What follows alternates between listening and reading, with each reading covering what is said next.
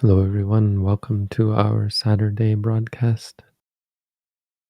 Back again to answer questions about Buddhism and meditation practice, with, of course, special emphasis on meditation and mindfulness practice. But if you have questions about your life or your practice of the Buddhist teaching and need an answer, please feel free to post your question in the chat at any time. For the first 15 minutes, as usual, we will conduct a silent group meditation, give everyone an opportunity to settle in, to prepare yourself mentally and open yourself up to your experience. Open yourself up to the Dhamma, and 15 minutes to ask questions for people just coming in. And after 15 minutes, we will start to answer the questions.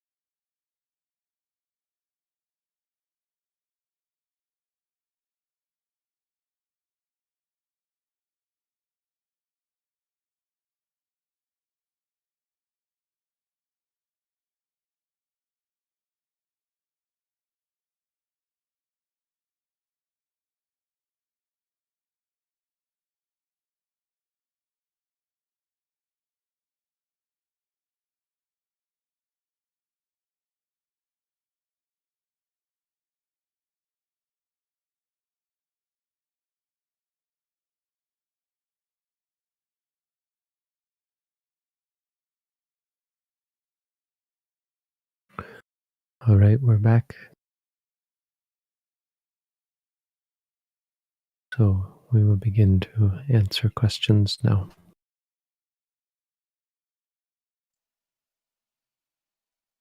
Bhante, we do have questions. If I do a 2-month-long self-led retreat with your noting practice, is it possible that I can attain stream entry?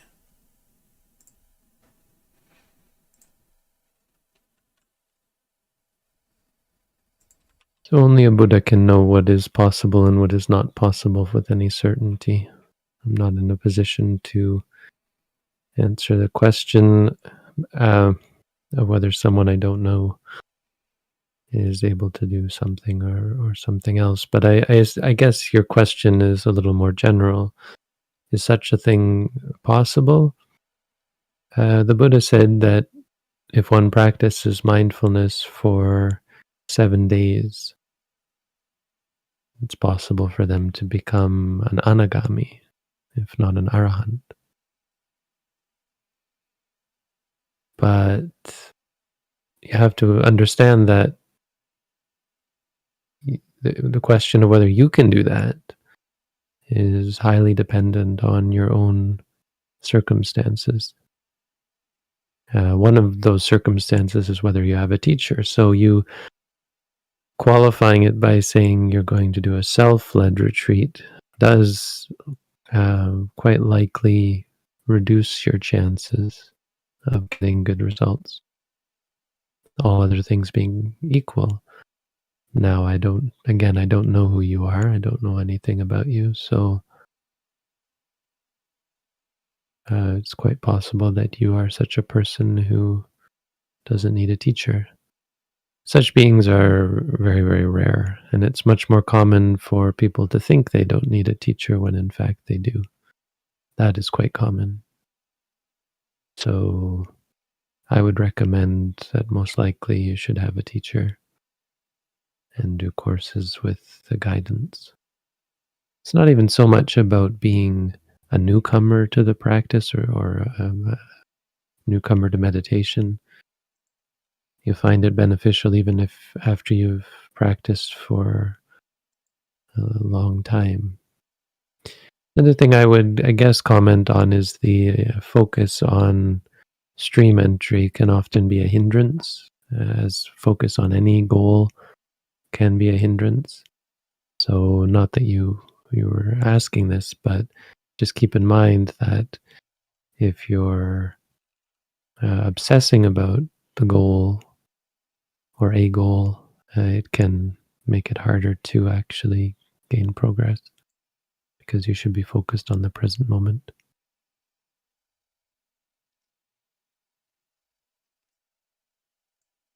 For a beginner in Satipatthana, Vipassana meditation method, and Theravada Buddhism, where does one start to learn the Dhamma and not feel overwhelmed with the vast knowledge?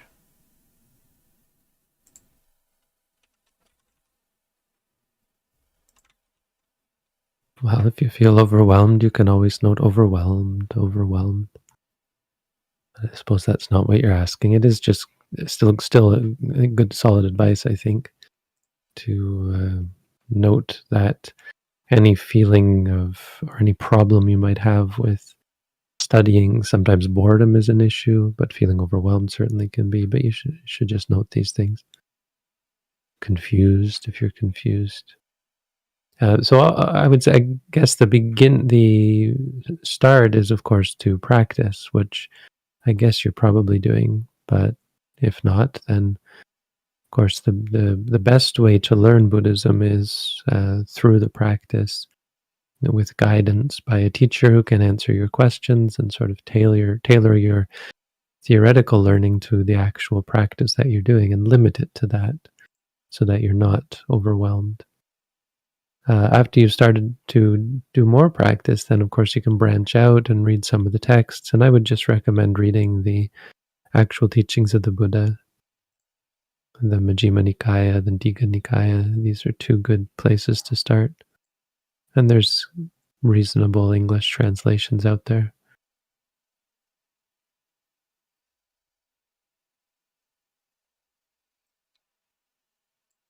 How do you let sound just be sound and not react to it?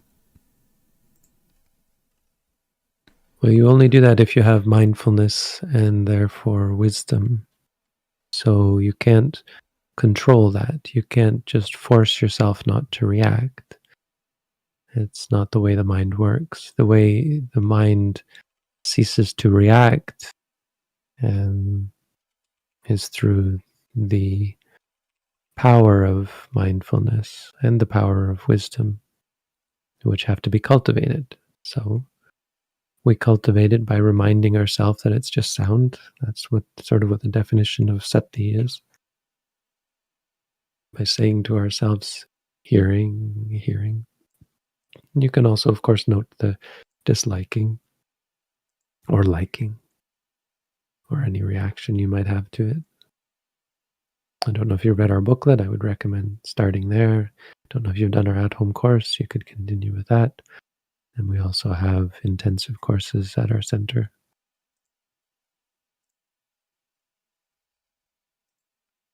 I feel I the guess expansion. that's, sorry if I can just, for the previous question, the one about Theravada Buddhism, if you're interested, you could start with our booklet. That might be a good place for you to start. Okay, then go ahead. I feel the expansion and contraction of my breath, not only in the belly, but in the whole body, like a cylinder in a strong way. Should I focus my attention on the whole body or only on the belly? Whatever you feel is not what we're focusing on. That's just conceptual. It's some kind of, maybe not conceptual, but it's some kind of abstract sense. You can note it as feeling, but the, well, it's not possible that your whole body is expanding and contracting. We're talking about muscles in the stomach, and they don't exist in your whole body. That specific muscle tenses and relaxes, and that's what we're focusing on. If you don't feel that, you can put your hand on your stomach and focus on that. That's what we're focused on. It would be problematic if you were to continue with what you're doing. Not dangerous, likely, but it's just there is no muscle that does that. I mean, this expanding and contracting is much more likely conceptual or some kind of formed state. Like there are people who can feel, or there are practices whereby you can feel your heartbeat, for example, in your whole body, but that's just something you've created, or not exactly created, but formed. You've formed the observation of it, the awareness of it, and that's not what we're doing here. We're trying to be aware of what's actually there without us, without our control, without our formation. It just happens by itself. You can put your hand on your stomach if you want to feel this. Whatever else you're feeling, this whatever it is that you're describing, you just note that separately as feeling, and let it go.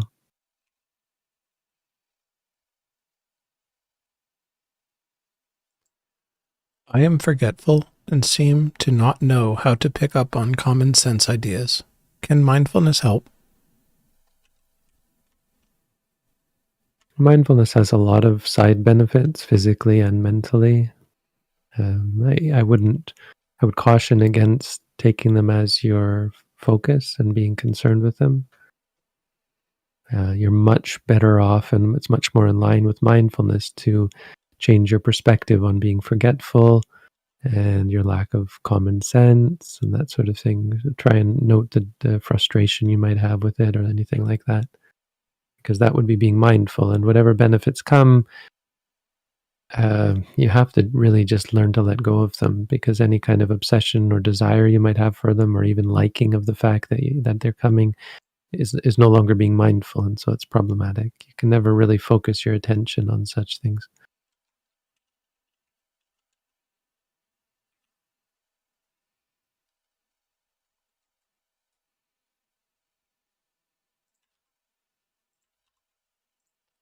If I don't have the possibility to go on a retreat, how long do you recommend meditating daily at home?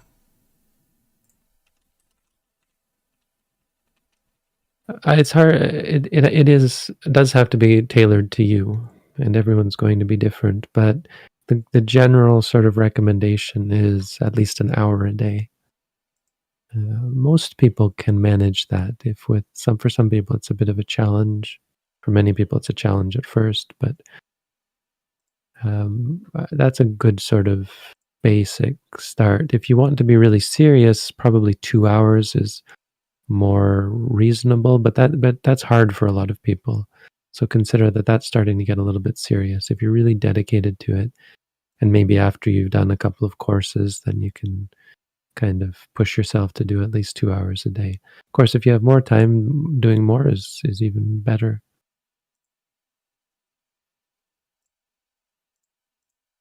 And that's half walking and half sitting, so it's not so bad as it might sound for newcomers. So we do 15 minutes walking, 15 minutes sitting in the morning, and the same in the evening. And you've sort of, I would say you've done a great thing. You've gotten a good basic foundation in meditation practice. And of course, the other thing is to be mindful outside of practice, applying the technique in your daily life. It's a big part of the practice.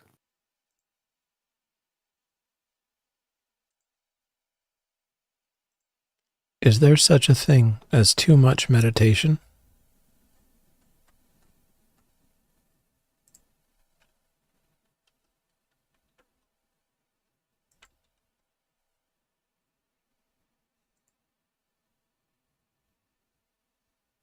I mean, it's a bit of an odd question. I guess that it's coming from a place of asking whether meditation could be dangerous. And meditation could be dangerous not because of anything to do with the word meditation, but because of the things that you do when you label what you're doing as meditating. Right? So, what are you actually doing when you say that you're meditating? Because it's just a word. Meditation. I'm practicing meditation. Doesn't tell me a lot about what you're actually doing. It tells me you're probably focused inwardly, probably, but not always. You're probably very focused or more focused than normal, but not necessarily. It doesn't tell me a lot else. So if we were to narrow this down and talk about Buddhist meditation, which I think we should, then we can say that there are two types of meditation. One is Samatha and one is Vipassana. Can there be too much of Samatha or too much Vipassana? I don't think so. No, there cannot be. The problem is when people are not practicing correctly, meditation can be dangerous. Not because meditation is dangerous, because what you're doing, practicing wrongly, like for example, focusing on what you want to happen rather than what is happening, getting caught up in something and trying to make more of it rather than just see it for what it is.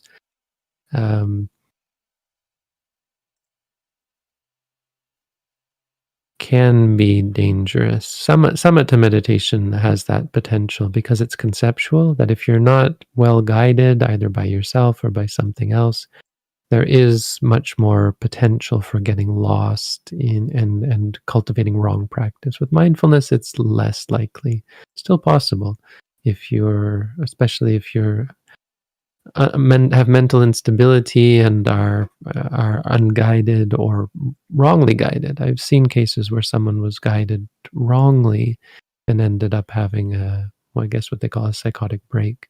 But it was just because they stopped practicing correctly. They started using mantras that had nothing to do with what they were actually experiencing. It was more like reciting words like wisdom, wisdom, or something like that. Nothing to do with what they were actually experiencing. So it was kind of totally unrelated to mindfulness practice.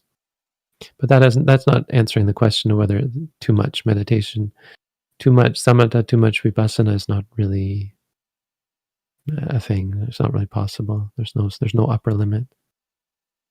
The upper limit, I guess, is nibbana or the jhanas. If you're just practicing samatha, then there is the upper limit is just neva sanya nasanya yatana or neva sanya nasanya.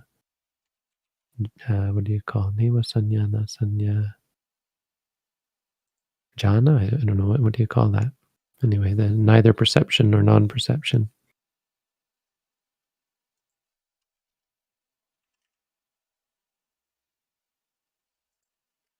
Walking brings wakefulness, and sitting sometimes sleepiness.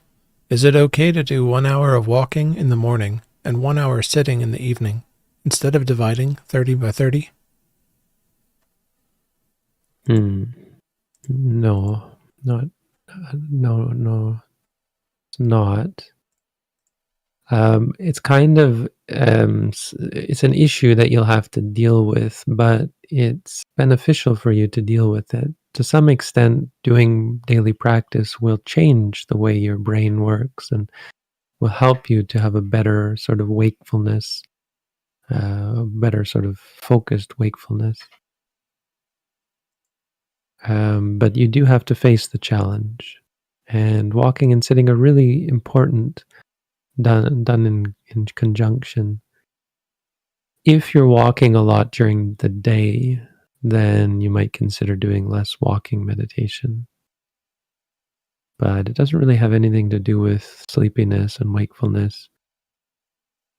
They're really good in combination, and I would still definitely recommend trying your best to do both. If you're sleepy, that's just something you have to learn to deal with and change about yourself to some extent. To some extent, you'd be surprised to what extent you can change that about yourself. It's not just a unavoidable quality of life.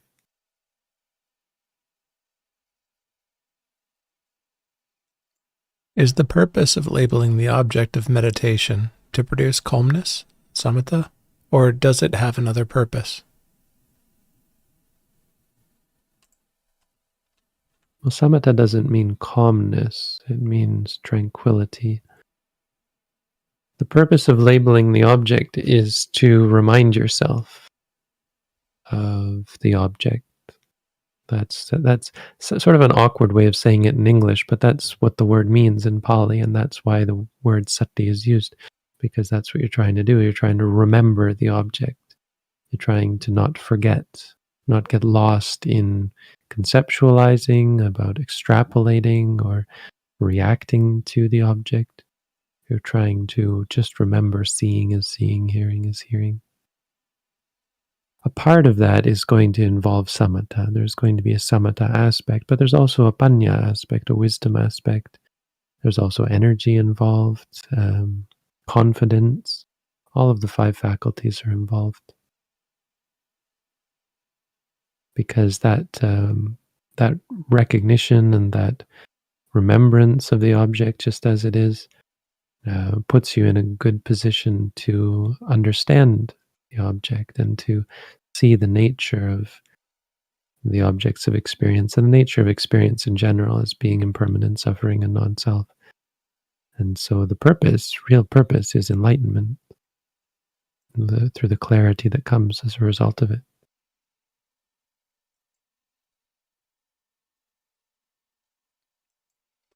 What do you suggest when I note wanting that arises and then, after noting, it keeps coming back and I note again? Is there anything else to do, or just keep noting the repeated wanting? So there's nothing else to do. That's fine. What you're doing is great, but you have to understand why it's enough.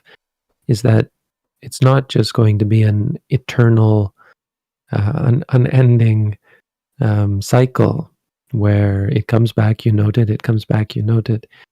Your mind is going to start to get tired of it because wanting has some fairly charged causes, uh, or it's a habit that is um, energetic and excited. And so by seeing it come back incessantly, and by seeing the objects that you want come back incessantly, and by seeing how what the result is, and how there is no satisfaction in it, you start to get tired of it, and the excitement wanes, and you become disenchanted with the objects that you used to be enchanted with. So the wanting decreases and eventually goes away. That's the way you overcome addiction, aversion. It's not by forcing yourself to not want or to not hate or that sort of thing. It's by getting tired of it, getting disenchanted, losing your intoxication with it, as you see how incessant and unmanageable and pointless and meaningless it is, how it's not actually worth clinging the way you thought it was.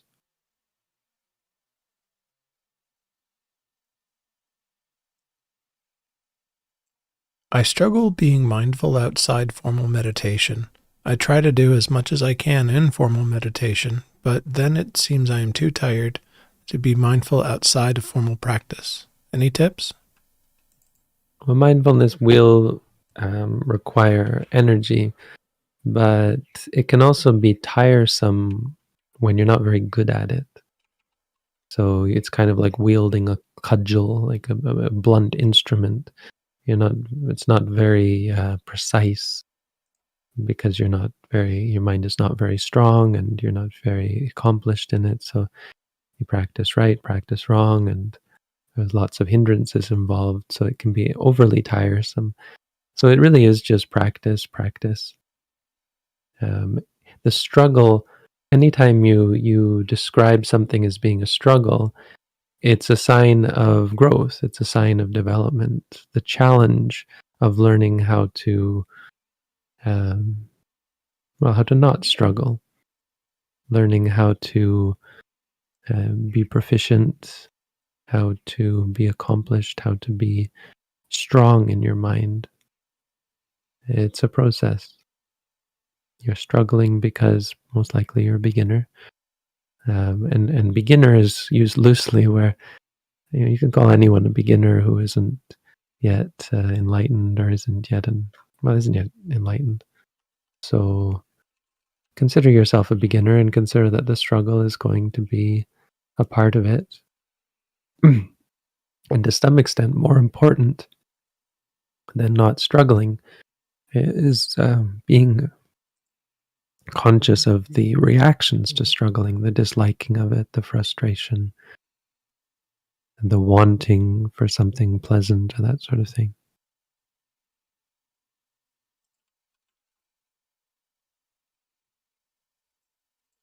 What causes the mind to become convinced of at least one of the three characteristics?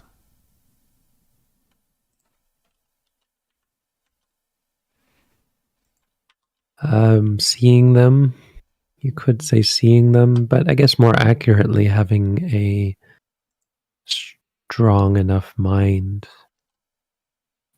well, no, that's not even fair because it's still seeing them. But you see them because you have a strong mind. You get to gain a strong mind also because of seeing the three characteristics. It's a feedback loop. You see the three characteristics, your mind becomes more focused because it's less distracted by things that are impermanent, suffering, and non-self. It becomes less intoxicated, less clingy as a result, so it's able to see better, and so it sees the three characteristics even clearer, until there comes a point where you're just convinced of it. You just see it so clearly that it just leads to letting go.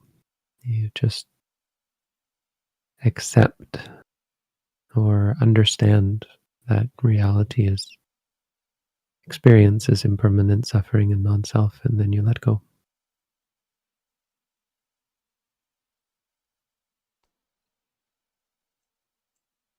Do you teach asubha meditation? Is it okay to combine it with the Satipatthana meditation you teach? Well, you wouldn't combine it, but you can do it in conjunction, which I guess is what you're saying. Meaning from time to time you can practice asubha meditation. That's allowed because it's one of the four protective meditations. It's a support for practice. Just don't get obsessed with it or distracted by it. But from time to time, practicing it is a generally beneficial thing. It would be beneficial for someone who has lustful tendencies.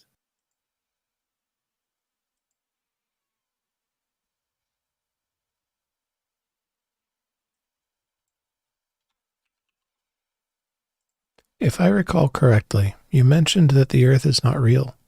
Why does one need to be mindful of taking care of the environment?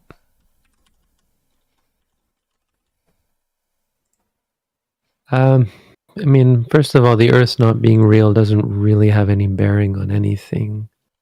Um, it's a conceptual thing, but it doesn't It doesn't mean that it's an illusion. It just means that it only exists conceptually. But it exists conceptually based on actual experience, so it's not illusion. It just is made up of experiences. But you don't have to be mindful of taking care of the environment. I consider it to be a good sign if people are taking care of the environment. It's a sign that they're mindful, they're conscientious, um, they're wise. But obsession with it is probably a sign of the opposite. People who get angry or sad when they think of the environment is not a good sign. It's a bit of a distraction, but it's a good sign when people take care of the environment because it's a sign that they're not greedy. It's a sign that they're conscientious of other people. A sign that they have they're thoughtful and considerate, and it's a sign of fewness of wishes. Taking care of the environment isn't. I mean, it isn't actually a thing we need to do if we don't have a lot of greed. The reason why the environment is going to trash is because of our greed and excessive greed as a human race. We would very easily be able to take care of the environment if we did not have so much greed. If we had just a little bit of greed, but it keeps growing and growing, and our incessant and intense greed is forcing us to destroy our own happiness and our own pleasure, you might say. So not that it's the end of the world. It just it leads to sickness. It leads to unhappiness, depression. Leads to stress as the environment becomes less easy to live in, and so it's exacerbated. It gets worse and worse. It's kind of a loop. Whereas the environment gets worse, we crave more and more for pleasures that are harder and harder to get, and we become more and more averse to the unpleasant sensations that we experience as a result. So I don't think you have to focus on protecting the environment. I think on top of that, it's reasonable, knowing that there is such greed that is destroying the environment. It's reasonable to take some steps in environmental protectionism. Again, just out of consideration, out of thoughtfulness, out of kindness, because there are people whose lives are very much affected by the environmental changes like climate change and so on.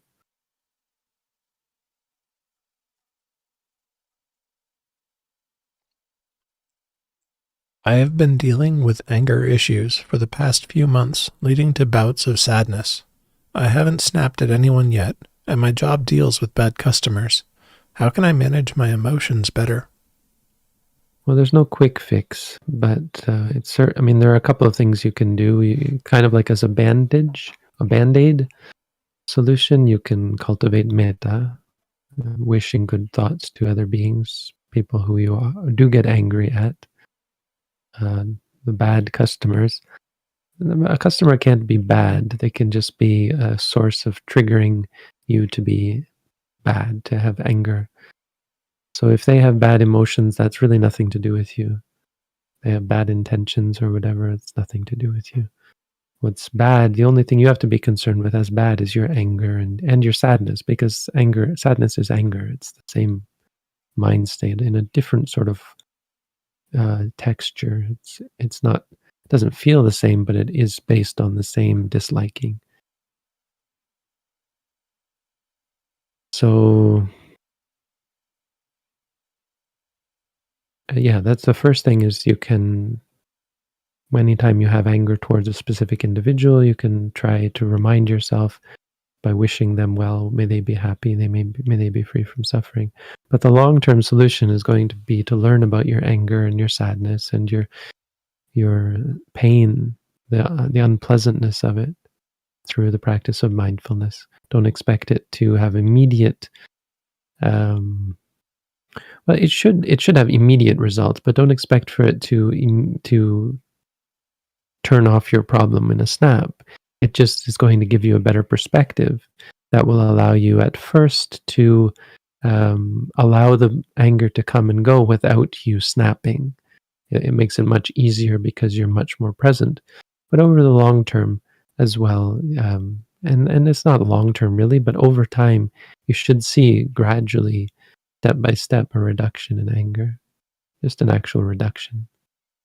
There's other things that mindfulness does also fairly immediately is change your perspective and your view, which can significantly reduce your the anger that arises quite quickly on a meaningful level. But some of it's just going to be residual and take a long time because these are very deep-seated habits. You can't just turn them off. I don't know if you've done our at-home course, but that's probably a good place to start, or do an intensive meditation course after that.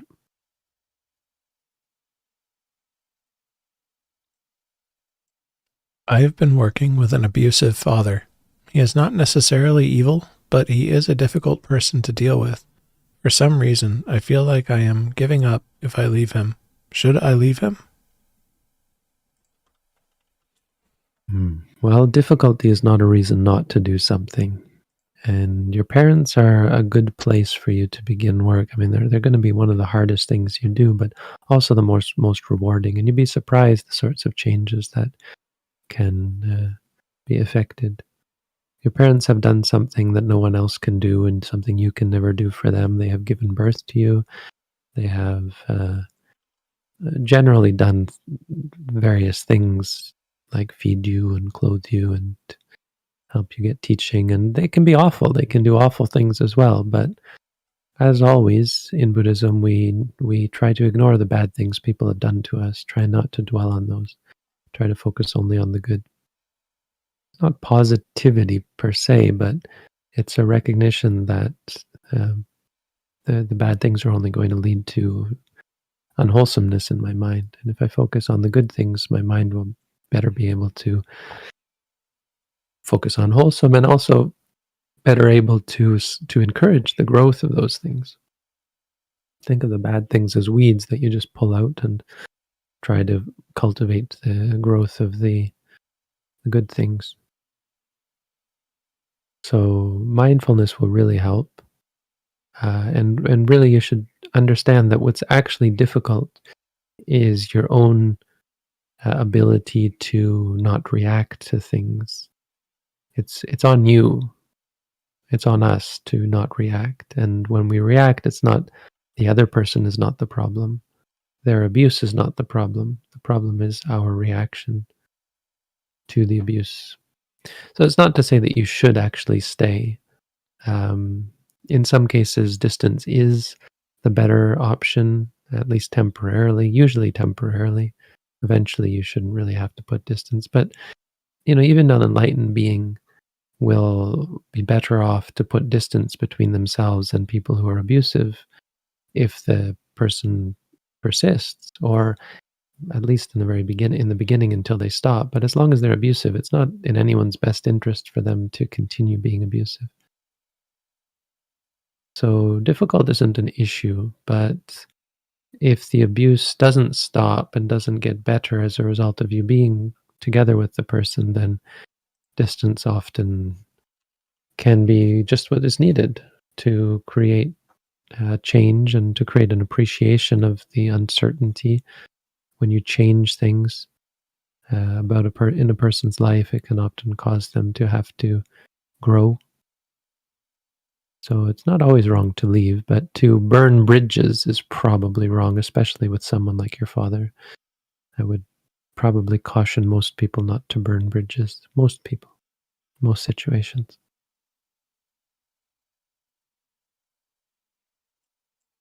Mindfulness has to do with remembering. Does it mean some people with neurological conditions like severe amnesia are doomed and can't follow this path? No, it means remembering the present moment. It has nothing to do with the past or the future. Remembering is used in a different sense. It means to It's the same idea. Your ability to remember something in the past is your ability to focus on it, your ability to experience it. Um, so the same idea is applied to the present, where you actually experience the experience rather than reacting to it or getting lost in your reactions to it. That's what it means by remembering. And the re part, even though it's not, Pali doesn't have a re part to the word, but why we use that word in English, the re, um, it involves the going back to it again. So the idea here is that, of course, you already experienced it, but you don't stay with it. When you see something, normally the next step is to react to it, to judge it, to extrapolate on it.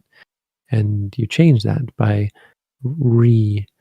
experiencing it. And you do that by reminding yourself of it. Hey, this is, I'm experiencing this now. And that actually brings the mind back to it and keeps the mind better focused and better present with the experience.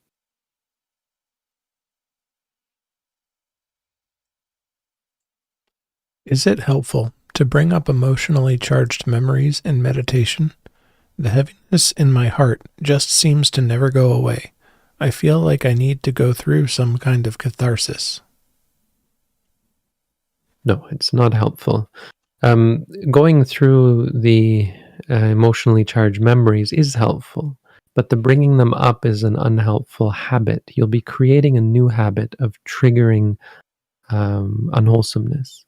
So it's important that you come to terms with it, but it's wrong in all cases to try to force the coming to terms with it. Catharsis is not helpful. It's habit forming. You're just encouraging it you're triggering it. And anything you do, there's greed involved, but there's also just the intentional triggering of unwholesomeness. You're adding something in, and that's what we're trying to avoid with mindfulness. Another thing I will say is you have to be able to separate the heaviness in your heart, which actually isn't heaviness. It will be some kind of feeling of tension or something like that. The heaviness or the tension. Well, let's put it this way: there's two parts to it. There's the tension in the heart, and then there's the sadness, or it can be anger. But it sounds like you're probably talking. Heaviness is usually associated with sadness. What sadness is it's disliking, as I said. So you should note sad or disliking. The feeling like you need this or that is just a disliking of the actual experience, a desire, a wanting, and you should just note that, because that is also something you have to let go. If you indulge in it, again, this is encouraging the greed. It's encouraging further bad habits. It's a reasonable thought or inclination, but yeah, it's wrong. It's the kind of thing that I think therapy often gets wrong, where they try to encourage and dredge up past experiences.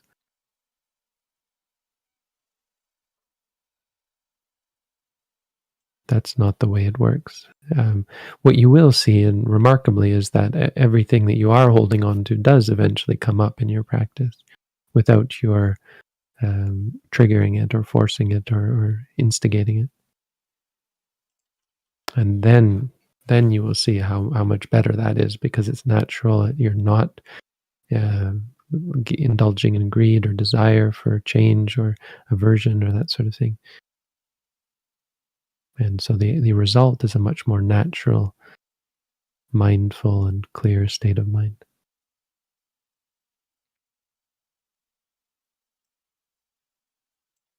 If focused mental work mostly excludes mindfulness, is done without defilements, and is wholesome, right livelihood, is it still considered a hindrance to enlightenment?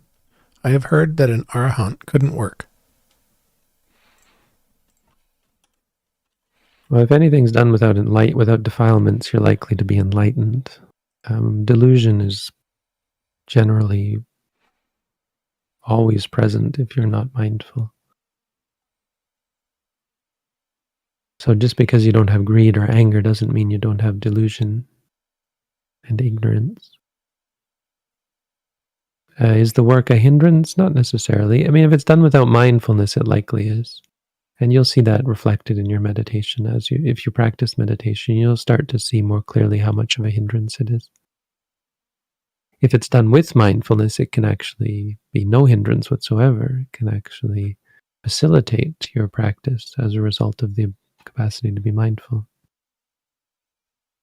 But yeah, you're likely to see some effect, and you'll start to be more cognizant of the defilements, greed.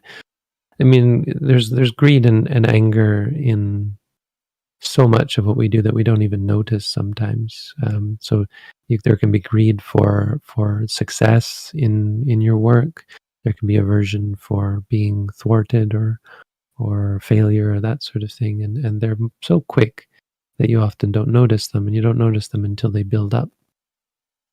Then you start to see how dangerous they can be.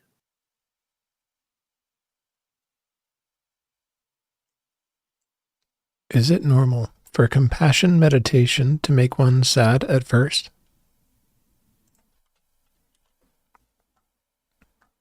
I guess. I mean, I don't like to answer questions about what is normal. It's such a common thing to ask whether something's normal, but you have to understand how it's meaningless because you're not normal. You are you, and everybody is. We have the same building blocks for what make us who we are, but we're worlds apart from each other. So there is no normal.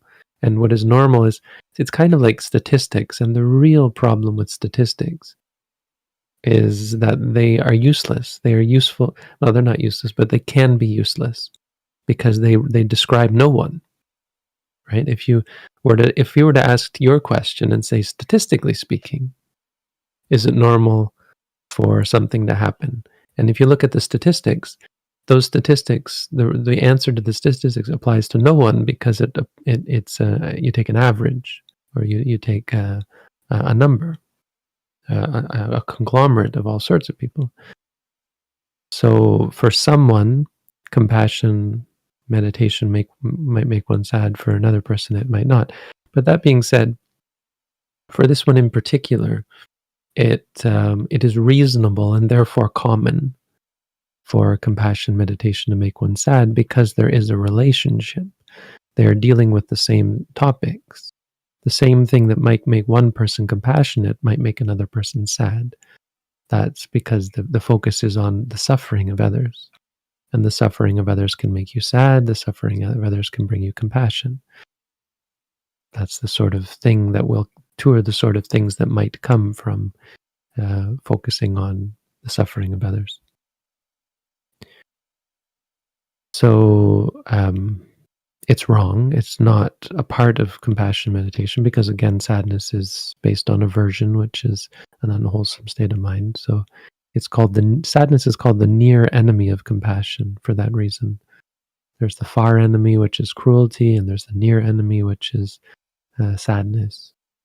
So if you're sad, it's a sign that you're not being compassionate. You've failed. But the great thing about failure, or the great thing about failure, the encouraging thing in regards to failure, is that failure is temporary, and you can also always try again and learn to succeed. Just don't keep engaging in the failing. Don't fail more and more. Try and fail less and less. So work on it, and mindfulness, of course, will help to note sad, so you can let go of it.